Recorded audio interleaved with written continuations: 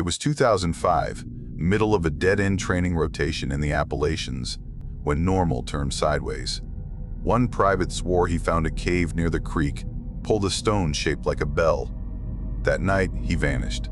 Next morning, his boots were back, laced neat on a truck hood, packed with river sand. We followed his trail into that cave, felt the cold breath of the hill, and saw something move along the wall, maybe a trick of light, maybe not.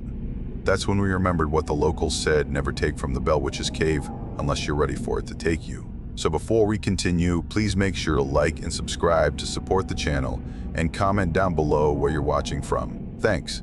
Names: Keller. I was infantry. Boots, ruck, rifle, grunt work. Years blur. Sand, pine, mud. Orders from voices I never met. You know the life. This one wasn't downrange. No medals in it, no big speeches. It was stateside. Appalachians. Old hills, old stories. That's where I learned there are things older than uniforms, older than bullets. And they don't care what rank you wear. We were parked at a small base that smelled like bleach and wet socks. Half the buildings leaned wrong. The range fans were chewed by weather. The motor pool was a graveyard of trucks we kept alive with duct tape and prayer. Good spot to forget you exist. I had two guys close, Jackson and Ortiz. Jackson was tall and quiet, Georgia boy, hands like shovels, always squared away. Ortiz was Jersey noise, mouth like a busted faucet. He cracked jokes even when nobody asked. He did it to keep the dark at bay. We all did, in our way. Days were simple. Wake before the sun. Run the hill. Breakfast that tasted like yesterday's cardboard. Classes nobody listened to.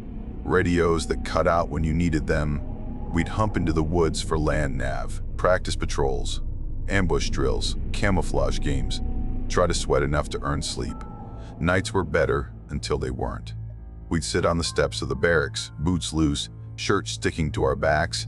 Fog rolled off the timberline and swallowed the road lamps one by one. Crickets pulsed. Owls heckled us. Sometimes coyotes. Smoke from cheap cigarillos hung low. Ortiz would talk trash about the butter bar who couldn't find his butt with both hands and a map. Jackson would nod, smile once, then stare at the trees like he was counting them. The locals around the gate were friendly in that southern way where the smiles don't always reach the eyes. They warned us about the hollers we trained in. Old mines, sinkholes, ground that shifts under you, and one name came up more than once. The Bell Witch. Said like a spit, said like a prayer, said quiet. I laughed at first. Every town has a witch. Every ridge has a ghost. It helps folks explain noise in the night. Helps them feel less alone when wind knocks the house. Still, I heard the name enough that it stuck in the back of my head like a burr. Normalcy is a steady beat. Boots on gravel, chow line chatter, armory light humming. That beat breaks easy once something leans on it. We didn't notice the lean at first. We were too busy not thinking, too busy telling ourselves we were bored. Bored is safe. Bored is a warm blanket. Then the woods started looking back. First hint was small. Our radios got weird at the creek. Static where there should be net. I figured terrain. Antenna bent. Old handsets. Then the static formed shapes, like words underwater. Whispered syllables I could almost catch. I wrote it off. Brain's a liar when you're tired. Night vision flickered some evenings. No big deal. We breathed through it. We all pretended not to see the moving gray at the edge of the lens. The way it stuttered there, like it wanted to step closer. Ortiz called it ghost lag. He said it loud like a joke. Nobody laughed. We were out on a nav course one dusk. Trees tight. Laurel thickets grabbed its sleeves. Map said follow the creek north. We did. The water carried a smell like rust and old leaves. I swear it carried something else too. Sweet. Like a candy jar that hasn't been opened in a century. Weird note. Not wildflower, not pine. Sugar. I shook it off. A deer broke from the brush ahead. Big doe. She ran past us and slammed into a trunk like she never saw it. Neck snapped. Fast. Wrong. Jackson muttered, "That ain't right." We stood there too long, listening to the water and that sugar smell. Then we kept moving. At the barracks, someone started scratching at our door some nights. Not big. Not a prank like a bang. Just a steady scritch, scritch, scritch, scritch. Ortiz hurled a boot, opened the door. Nothing there but the walkway and fog curling like breath from a hole. Boot prints pointed toward the stairwell. Bare feet. Small. We said some asshole was messing with us. Still, we started sleeping with knives closer. Habit. The old guys in the motor pool told a story when the hood was up and the bolts wouldn't come loose. Said there was a cave off base somewhere near the county line. The cave belonged to the Bell Witch back when she stopped bugging the Bell family. Some said she moved into the earth. The Bell farm was down by Adams. They said the cave there was old, 500 feet or so. Karst rock, under the farm where the Bell family lived when John Dell died. They said tours ran now. Since 2008, it was on some registry. All above board, people brought their kids to hear the tale. But you don't take anything from that cave. Not a rock. Not a handful of dirt. Not a spider web. If you did, you invited her home. We listened. Then we made the faces we made. Ortiz did a witch voice. Motor pool guys shook their heads like we were children walking into traffic. The week after, the Butter Bar took us out for a night raid exercise along the North Fork. We stepped off late. The fog ate our formation. Our radio played the whisper bed again, all hush and silt, and then I heard a name in it. Clear as a face. Betsy. I stopped dead. Say again, over? No answer. Just that word again. Betsy. Betsy. Betsy ye. Stretched thin like it was pulled through the wire. I swallowed. It's nothing, I told myself. It's noise. But my fingers were slick on the grip. Jackson leaned near. You heard it too, he said. Not a question. We didn't tell the LT. You don't bring ghost chatter to a Butter Bar. He'd write you up for defective equipment or defective thinking. Either way, paperwork. Taps played from a field to our south. Nobody was training there. We stood too long again, listening, helmets damp, night breathing around us. Something was off, not a boogeyman. Not yet. Off like a 4 slants 1 degree and you only notice when your coffee slides. We were on fatigue detail the next morning. Clean the armory, oil the rifles, sweep, busy work. Ortiz dozed on a crate, mouth open. I nudged him with my boot. He swung at me and missed. Jackson kept his head down, focused like always.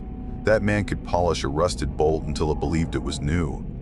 A private from another squad came in holding a little rock like it was the last potato in Ireland. He grinned big. Check this out, he told whoever would listen. Found it in a cave off the creek. Looks like a bell. Look, he turned it, and damned if the shape wasn't right. Round top, skirt, a little notch where a clapper might hang if stone could sing. You take that from a cave? Jackson asked. His tone punched harder than any shout.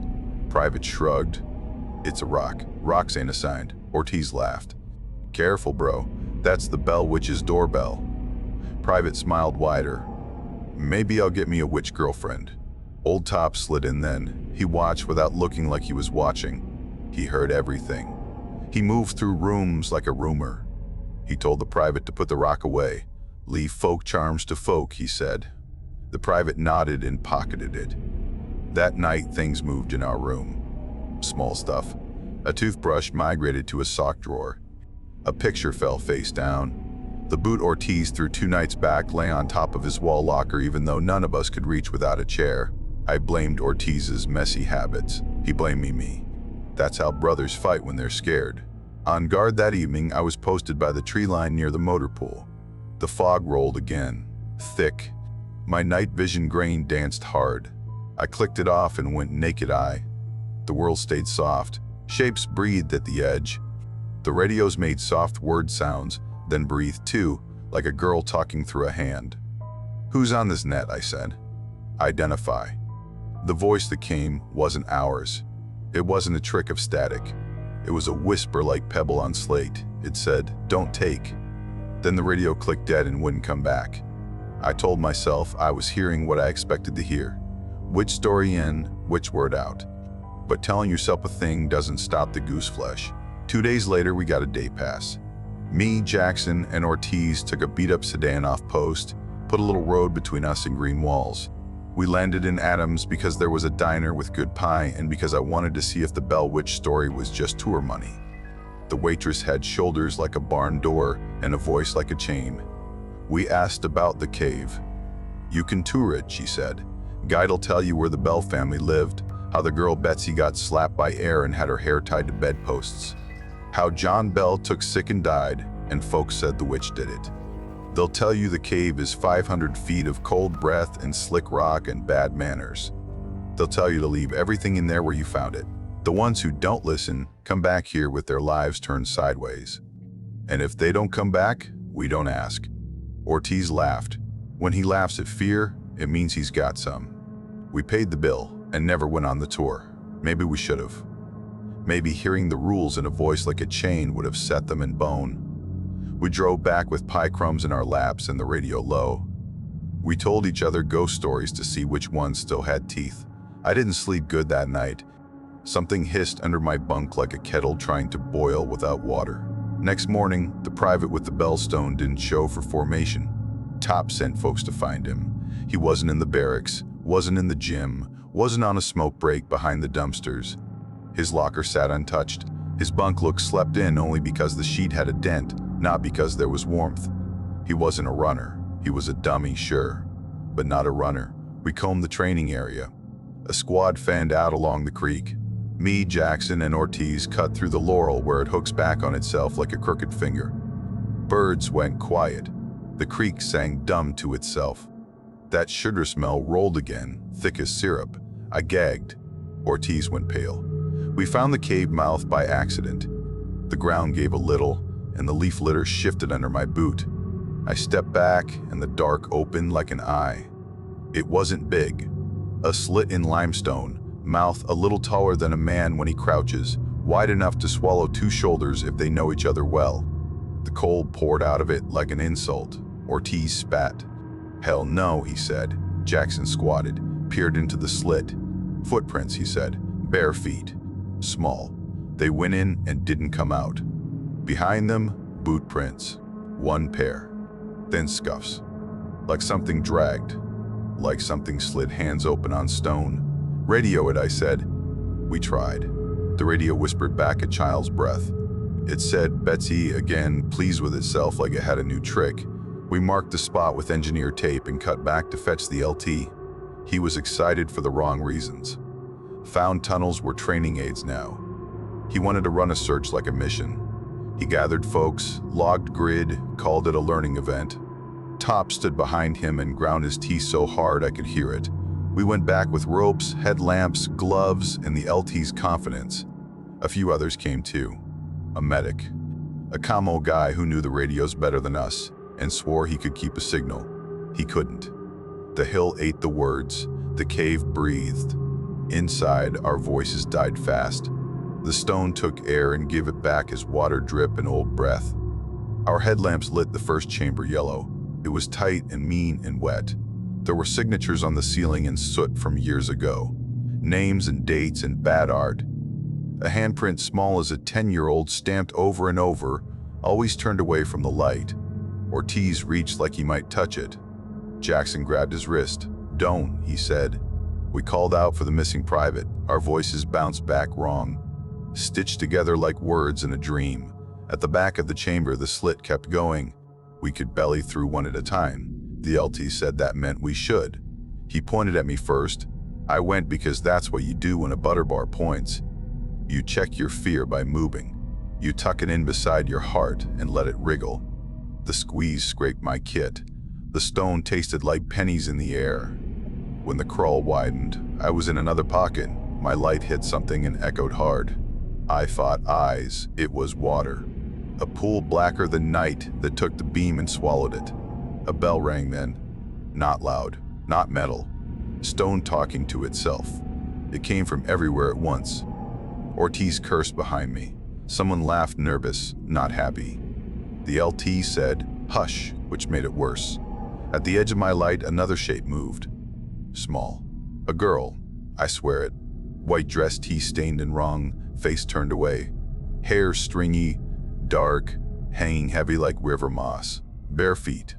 She ran past me on the wall, not the floor. The wall. My stomach dropped like a trap door. I swung the light. Stone. Water. my own breath beating back. No, girl. We found scuffs on the stone near the pool. Boob marks. Something fell there. Something fell there. A button from a uniform. The private's name scratched with a nail on wet limestone where nail marks leave scars. He wrote 3 letters before the scrape dragged down and vanished into a smear. The LT wrote this all down on his little green notebook like it was wildlife signs and we were counting deer. Top told him to take us out. LT said 2 more minutes. Top didn't argue out loud, but he looked at me and I understood we were done here. We backed out. The cave breathed on our necks. At the slit, the air pressed. Like the hill didn't want to let us go, we had to go one at a time again. I went last. As I turned to crawl, something cold tapped my helmet. Not drip. Tap. 2 taps. 3. Like a finger counting. I went head first with no grace. Outside, everything smelled too bright. The sun hurt. The wind cut like river. We logged the grid with the LT. We left tape on saplings. We took nothing. The LT said he'd call county and see who had jurisdiction. Top said, "You do that," and then told me and my guys to keep quiet. That night, scratching came again at our door. This time, it didn't stop. We opened it and there were bare footprints on the concrete, wet and small, leading to the stairwell. We followed. They went down, not up. They ended at the base of the steps in a puddle that looked like shadow and smelled like the inside of the cave. Ortiz didn't make jokes. He crossed himself twice, then cursed himself for crossing. Jackson said nothing. He stuck a rock in his pocket from the walk back to our room. It was a dumb, thoughtless thing. Later he told me he didn't remember doing it. His hand just needed to hold something that wasn't air. Next day, our little world cracked wider. The private turned up in the motor pool. Not the private himself, his boots. They sat neat on the hood of a dead truck. Mud dried on them like they'd walked through a bottomless place. Laces tied in a pretty bow. Inside, river sand. No feet. No feet. No feet. Just boots. The medic puked into a drain. Top told the LT to get out of his sight. The LT said words about procedures that nobody heard. People started talking. The cave wasn't just a hole. It had rules, and we were breaking them by walking in with our stupid loud hearts and our dumb headlamps. Old man at the gas station told us what the tour guide tells in summer for cash. Bellwitch Cave, he said. Adams. Bell Farm. John Bell's family got wrecked by a thing you didn't see. Slaps in the air. Pins in food, stomping on the roof. Voices from nowhere that sang and cussed and preached. Betsy's hair pulled. John Bell, dead with poison, folks said he didn't drink. After the last funeral dirt settled, the thing went quiet in the house and loud in the hill. It liked the cave, liked the cold and the way sound works in stone. Said it watches who takes. Said it visits those who don't listen. Said sometimes it takes something back. Don't take from that cave, he told us again. Not a pebble, not a strand of moss. If you do, you put it back and you say sorry out loud. You mean it when you say it. If you don't mean it, it knows. We didn't tell him we had a rock in Jackson's pocket already. We didn't tell him the boots showed up with nobody inside. We bought gas and stale peanuts and drove back with our stomachs full of nails. Top pulled just us 3 into his office at dusk. He shut the door and dropped the sergeant act for a breath. The man had been doing this too long. He knew how far to bend. "You boys heard anything funny?" he asked. He kept it calm, like asking after a tire hiss. "Radio," I said. Whispers, a name. "Which name?" "Betsy," I said. The word tasted like I was the radio now. Top looked out the window. Fog licked the barracks like tongues. "You talk to nobody about this," he said. "Not the LT. Not your bunk neighbor. Not your mother if she calls. You bring me anything else you see?" "Copy," we nodded. "You take anything from that hole?" he asked. We shook heads. Out loud, I said no. In my pocket, my knuckles bumped the stone Jackson had slipped to me in the hall without a word. His eyes had said, "Handle it." I wouldn't. I couldn't. The weight of it was wrong. "Good," Top said. "Then we put this bed to sleep. We marked the cave and tell the county to put up trespass signs. We apologize to whatever's older than us, and we move on." When we left, Jackson touched my elbow. "We put it back," he said. Not a question. We went after dark because we were dumb, scared, and stubborn. We took no rope, no marker tape, only headlamps we didn't turn on until we were inside. We didn't want to see the world on the walk. We didn't want it seeing us. Ortiz kept his mouth shut. That was how I knew it was bad. Silence is his last line. At the mouth of the cave, I held the stone out. It fit my hand like it wanted to live there. It felt somehow warm even in the cave breath. "Say it," Ortiz said. "Say you're sorry." I did. "I'm sorry," I told the mouth in the earth. We were dumb and loud. We took. We're putting back. The cave listened like a teacher waits for the right answer. "Say her name," Ortiz whispered. "I don't think." "Say it." The cave air pressed. My ribs hurt. "Bell Witch," I said. The name stuck to the rock walls and made a mirror of sound. Then, softer, "Betsy." A wind moved. Not wind like sky wind. Wind like a breath called up from below the water table. Our lamps flickered. Stone rang once, twice, 3 times. A bell in a throat. I set the rock on a ledge above the pool. It tipped like it might fall in. Then it didn't. It sat. Jackson exhaled. Exhaled. His hands had been fists so long, the knuckles went white. Ortiz threw a grin like a dare. "There," he said. "All good." The girl on the wall ran by again, only closer this time. Her hair brushed my sleeve. It was wet and cold and heavy with time. I yelped like a kicked dog. I couldn't help it. Fight or flight broke its leash. I stepped back and my boot slipped on wet stone. I went into the pool with my arms out and my mouth open. Water closed over me like fabric. Cold crushed the breath out. Something moved in the dark under my hands. Not fish, not rock. Hands that didn't know what fingers do. They pulled up, not down. They wanted me under air. I saw nothing. I saw the shape of a dress where no light was. I saw old houses and rope and a man's face gray in a wooden box. I saw sugar stuck to a tongue that couldn't swallow. I saw a bell held by no hand. Jackson hauled me by my collar. He hauled harder than fear. I came up gagging. Ortiz made sounds like a cornered animal, high and ugly. The headlamps went out. The cave had enough of our light. In the black, I felt a fingertip tap my forehead. It drew a circle. Another finger pressed my lips.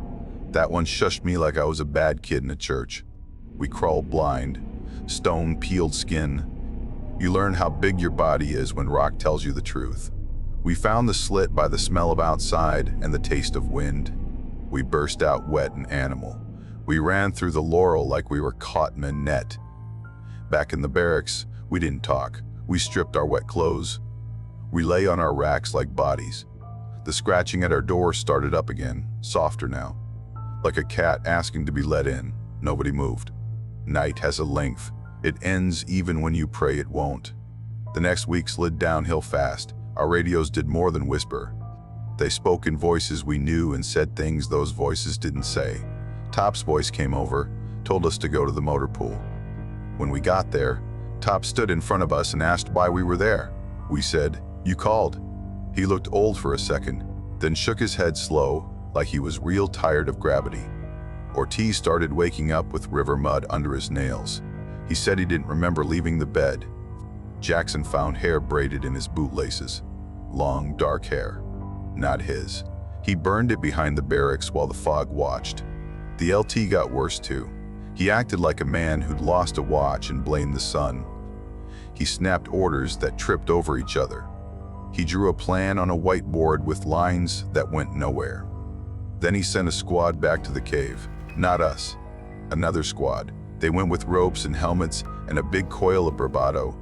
The bravado didn't come back. 2 hours after they stepped in, their commo guy walked out alone. He walked like a puppet. He sat down on a stump and took off his helmet. He smiled. He said, "She can throw her voice," like he was telling a fun trick. We asked about the others. He said, "She's telling them the story. They're learning real good." That was all he said before he cried. He cried like a faucet until he had no water left. County showed up after that, badges and stoic faces. They posted tape. They called it a sinkhole hazard. They made us sign papers that said we didn't go there. We went anyway, because the thing in the base didn't live in the hole only. It had crawled up and found vents in us. Maybe our stupid apology opened a door in us. Maybe we had left a door behind when we were born. Doesn't matter. It was in our radios, in our dreams, in our boots, and our food. Food tasted wrong. MREs were salt and cardboard already. Now they tasted like the smell on a hot wire. Coffee tasted like coins. The chow hall spaghetti tasted like a mouthful of hair. We ate anyway. You always eat because tomorrow doesn't care that you didn't. I went to the chapel one afternoon. Small building, quiet. No one there but a chaplain who looked like he'd seen this before and decided it wasn't his business to be surprised by people's fears. I told him a little. Not the boots, not the girl on the wall. I asked about prayers for haunted places. He said, sometimes you don't fight. Sometimes you make a bargain. What kind of bargain? I asked. The kind where you put back what you took, he said. And you carry a story out so it doesn't have to keep telling it to whoever goes in. Things like her get stuck in the retelling. I thanked him. He offered to pray with me. I said maybe later. I felt like prayer would make her lean in to hear better. That night, Ortiz jerked awake and screamed. Hi. Lost. He clawed at his throat. He said something was on his chest, pressing, like a sack of wet grain. He couldn't get air. Jackson rolled him on his side and slapped him hard enough to make a sound like meat. He started breathing again in little freak bird chirps. He stared at the bunk slats above, and his lips moved. He said the word Betsy over and over, but it sounded wrong in his mouth, like a song he learned from someone else. We tried to take him to the medic. The hall from our room to the ground floor stretched longer than it should. The door at the end walked away from us. We took 30 steps, 40, 50. It didn't come closer. The lights buzzed and popped. The night vision flickered in our heads now, even without the goggles. The world stuttered like a bad tape. Jackson put a hand on my shoulder and squeezed. I felt his bones in that squeeze. He squeezed hard enough to leave marks. That was how we turned around. Not by courage, by bone. We went outside our window instead. 2 floors down isn't far if you forget you like your ankles. We landed sloppy. We hauled Ortiz to the medic building like we were pulling a canoe through a swamp. The medic checked him. He was fine in all the ways that don't count. Lungs clear, heart steady, pupils normal. He smiled like a boy being told he didn't fail a class he never studied. He whispered, "She let me up." That's when I knew we weren't dealing with a haunt that didn't care. It cared. It wanted us to know it cared. It wanted us to know it could let us breathe or not. That's worse than a cold thing. That's a thing with a mood. We stayed out of the cave after that. Didn't matter. The cave stayed in us. 2 nights later, the LT decided on a fix. He gathered whoever wasn't on sick call and told us we'd neutralize the hazard. He said the cave was a safety issue. He'd asked county to dynamite it closed. County said no. LT said we could handle it internally. We'd stack sandbags and wire and collapse the mouth with our own weight. It was a plan by a man who hasn't learned some doors are one way. Top stood stiff beside him. His jaw worked the same dumb for an hour. He told us after that we weren't doing it. But the LT had already run his mouth to his boss, and his boss loved an officer who solved problems with energy. We were going at 0200. Darkest time, like they picked it on purpose. I grabbed Jackson and Ortiz by the smoke pit and said, "We need to try the other way before that." "What other way?" Ortiz asked, voice small. "Bargain," I said. "Put back more than we took. Carry out a story."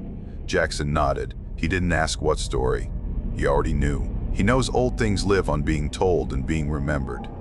He knows the worst way you can kill an old thing is by forgetting it. We went to the PX, bought a small brass bell like you'd hang on a porch.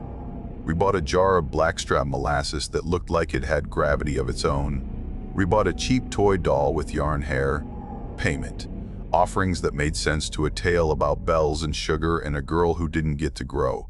We wrote a note too, not fancy. Just, "We're sorry, we'll carry it right." We signed our names like we were signing for ammo. Fog hugged the ground when we slipped off. The tape at the woods line tried to hold our sleeves. The path to the cave was shorter than it had been. She wanted us. That was comforting in a way that made my stomach hurt. At the mouth, we didn't turn on lights. We went by feel. If you've crawled the guts of a hill once, your skin remembers. We slid and scraped and breathed stale air. At the pool, we stopped. We set the jar. We set the bell. We set the doll. Ortiz held the note like it would burn him. "Do we ring it?" he asked. My mouth said yes, before my brain got a vote. The bell sound was tiny and human, then brave. It shook the air like a mouse carries a shadow of a hawk on its back. It rang once, twice, 3 times. Stone sang back a note that was not small. It rose through us like an elevator with no stops. It made my teeth hurt and my knees want to lock. "Say it," Jackson said. Funny how that was his line when feared out loud. I told the story, not the one from the tour. The one that was part tour and part old lady and part radio whisper and part girl's wet hair on my sleeve. I told it like I was standing at a fire and the circle leaned in. How a family on a farm heard what they shouldn't. How a girl in a room got her hair pulled by hands she couldn't see. How a father died and the town needed a reason. How the reason got given a name and a shape and then slipped into a cave to hold court with Stone. How folks today turned it into tickets and postcards and hayrides, because that's how you eat when a story lives where you do. How the story warns you not to take, not because it hates you, because it knows how you are. Because if you take from a throat, there's no breath for talk. And stories live on breath. I said we took and we were sorry. I said we would tell it true. We wouldn't make it cheap. We wouldn't make it a joke to sell pie. We wouldn't pretend we were brave. We would tell it like we were fools, and she let us go anyway. The water stirred, not like a hand, like a lung. The jar slid into the black all on its own. The doll turned its yarn head until it faced the wall where the girl ran. The bell spun slow. Once, twice. It rang without touch. That sound filled the cave like a small light. Then the cave exhaled. I've never felt anything like that. It pushed us back a step without moving wind. It rang again. The radio in my pocket forgot I had it, hissed, and Top's voice came thin. "Where are you boys?" it said. Behind Top's voice, a woman laughed, not cruel, not nice, just there. Like she'd been waiting long enough to find it funny. We crawled out. At the mouth, the LT's team came through the trees. They carried sandbags and picks and too much noise. "What are you doing out here?" he asked, voice small in the big dark. "Sir," I said, and my voice was no better. "Don't," he puffed up reflex. "Rank is a coat you use when you're cold." "That's an order," he said. "Stand aside." Top pushed through the ranks then, teeth ground to dust. He looked at us, then the cave, then the sandbags. He did math fast with his soul. He said nothing to me. He turned to the LT. "Sir," he said quiet, "if you close a mouth, that air goes somewhere. You ready for it to go through the barracks?" The LT laughed at the wrong time. "Sergeant, the only way to solve a hole is to fill it." The first sandbag touched Stone. The bell rang below 3 times like it heard.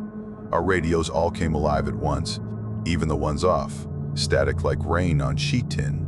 Then a voice, a girl. "Don't," she said, as polite as a grandmother handing back the pie knife. "I'm telling it." The LT didn't hear. Or he did and decided not to. He nodded like a man in a mirror and waved the next bag forward. The ground shifted, not a quake, a sigh. The bag fell sideways and the man holding it stumbled into the slit. He caught himself, hands scraped. Fingers bled. He made a sound I don't care to hear again. The laurel behind us moved like someone walked through it, but no one did. It just moved. Air moved too. Fog took a breath in. Top took a step forward and did something I didn't expect. He took off his cover. He held it in both hands like a man holds a plate he doesn't deserve to eat from. "Ma'am," he said to the hole, "we were fools. We were fools. We were loud. We bring our boys home when we can. We'll tell it right." The fog stopped moving. The night listened. The bell rang once. The radio whispered. It said my name like it had been reading mail. It said Jackson's. It said Ortiz's. It said the private's name too. The letters of it banged off the walls. It felt like the thing inside could count us, and could count more than us. Then the LT spoke again and the world tilted. He said, "This is nonsense. Move." He grabbed a bag. He hoisted it like it owed him money. He stepped toward the slit. The girl ran along the wall again, and this time everyone saw. Some fell back. Some swore. Some prayed. The LT didn't drop the bag. Maybe he couldn't see her. Maybe she didn't show for him. Maybe she only shows for those who know what seeing costs. The bell rang a 4th time. bad number, feels like a toll. Stone above the mouth cracked like glass under a heel. A piece of roof fell, smashed the sandbag from his hands. Dust bloomed. The LT staggered and slipped. His feet went where feet go when the world turns to a slope. Jackson moved without asking his body. He grabbed the LT's belt. Weight went stupid. I grabbed Jackson's calf. Ortiz grabbed my shoulder. A chain stupid as love. We didn't let go because that's the one rule the Army gets right. The cave kept him, just for a breath's length. Just long enough for the LT to understand something bigger than him had picked up the other end of the rope. Then it let go. Maybe Top's little prayer mattered. Maybe the molasses said sweet things. Maybe stories like to be told by fools, not martyrs. Either way, the LT came back over the lip. He rolled on the ground, coughing dust and his own pride. The cave sealed a little then, not shut, not open like it had been. Rocks slipped, sand found a new home, and the slit got meaner and smaller. It went from a wound to a scar. The bell under the ground rang a last time, and the note it made wasn't a warning or a laugh. It was a lullaby sung by someone who hates you, just a little less today. We never found the private, not whole, not even in the wrong way. Some said we didn't look long. Some said we looked too long and the cave looked back. The boots stayed on the truck hood for one day and were gone the next. Nobody saw who took them. I hope it was not a who. Top wrote a report full of holes. He left the truth in the spaces. The LT signed things he didn't read and got moved to somewhere flat. Folks called it a career move. We called it mercy. County put up bigger signs near the mouth. No entry, they said. Danger. Funny how those words work as prayer sometimes. The base went back to being itself. Trucks with more wires than sense. Radios that cut out at the hill. PT before daylight. MREs that taste like you're doing penance. But things were a little off forever after. We got used to hearing a girl when the net hissed, saying a name like she was checking her list. We got used to seeing wet footprints by the barracks door in fog. We got used to bells in our sleep. I went back to Adams once on another pass. I went quiet, alone, no uniform. Just boots, and a shirt with a hole in it and a wallet that smelled like chow hall grease. I stood at the farm. I bought a tour ticket like a tourist because the living need to pay for something when we ask the dead their time. The guide told us about the Bell family. He told us how the cave is 500 feet and the rock is old and the air is colder than it should be. He told us about 2008 and the registry because it made it official, like ink keeps anything in place. He told us not to take a pebble. He laughed when he said it. The group laughed too. I didn't. I stood at the back and watched the cave mouth and listened to the stone silence. I took off my cap. I don't do that much, I whispered. We told it. We're still telling it. When we walked into the first chamber, I kept my hands close. I kept my light off. I looked at the ceiling where the handprints were. They weren't soot now. They were my mind seeing what it wanted to see. Maybe. I saw a small hand touch a place and not touch the bell. I saw hair move in a draft where no air should be. I heard water say things to itself in a language before ours. On the way out, a kid broke off from the group. He knelt and reached for a pretty piece of rock. I caught his wrist without thinking. His mother turned and glared. I let go like I'd burned her boy. Don't, I said. The word came out like Top's voice. She pulled her kid back and said something to me about minding my business. She was right. She was wrong. The cave breathed on us all and minded nobody's rules. Back at the base, Jackson and Ortiz and me sat on the steps at dusk like we'd done before all this. Fog humped its way off the trees like cattle. Ortiz had gone quiet since that night. Quiet like a battery left on the shelf too long. He still joked some, but only in the middle, never at the edges. He didn't sleep flat. He slept on his side like something heavy weighted if he rolled over. Jackson had a flat scar on his forearm from the crawl. He rubbed it when the radio spoke wrong. He'd gotten into the habit of tapping his helmet 3 times before stepping off. We let him. Small rituals are bridges when the river runs fast. I started carrying a little brass bell on my ruck, not for luck, not for noise, just to remember that the world is older than rank and bigger than maps, and some stories want to be told right. We got orders out of there in late fall. Trucks lined up, belching, annoyed. We tossed our rucks in like we were happy to let someone else hold our weight for a minute. The base shrank in the mirrors. Trees swallowed the road.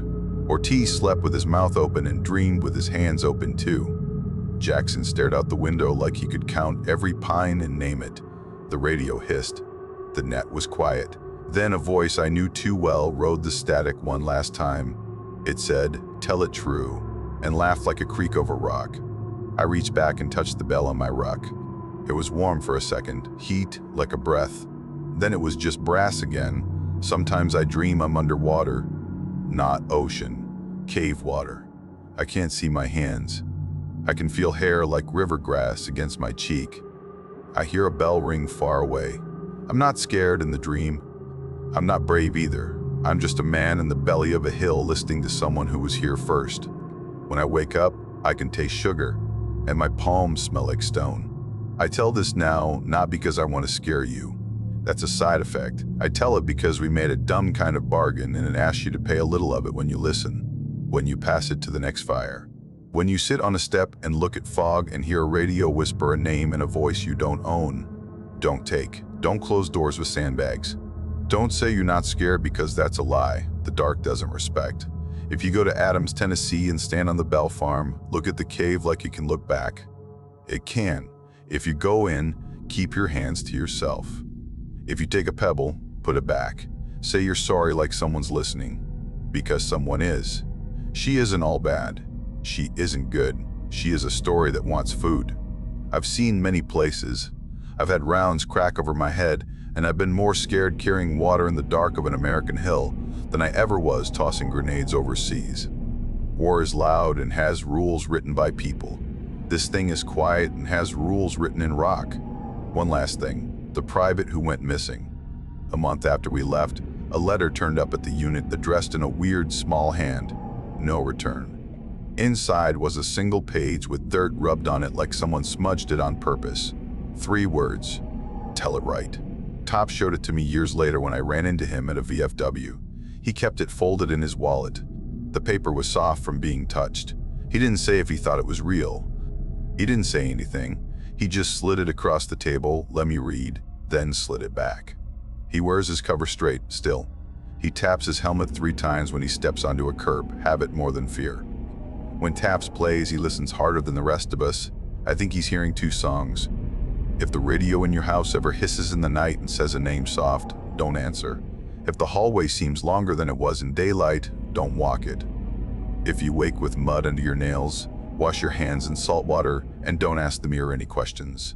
If your kid reaches down to pick up a pretty rock in a cave, grab his wrist gentle and say, "No, son." We leave that for her. And if a bell rings and you don't see a bell, sit down, take off your cap. Say you're sorry for all the taking, promise to carry the story. Then do it, tell it true, like this. That's all I got. My throat's dry. Anybody got some pie? Make it sweet. The kind your teeth remember in the middle of the night. The kind that tastes like the air in a place you shouldn't go. Don't worry. We paid for this one. We didn't take it. We've learned a thing or two. So that's the end of our video. If you made it this far, make sure to hit like and subscribe.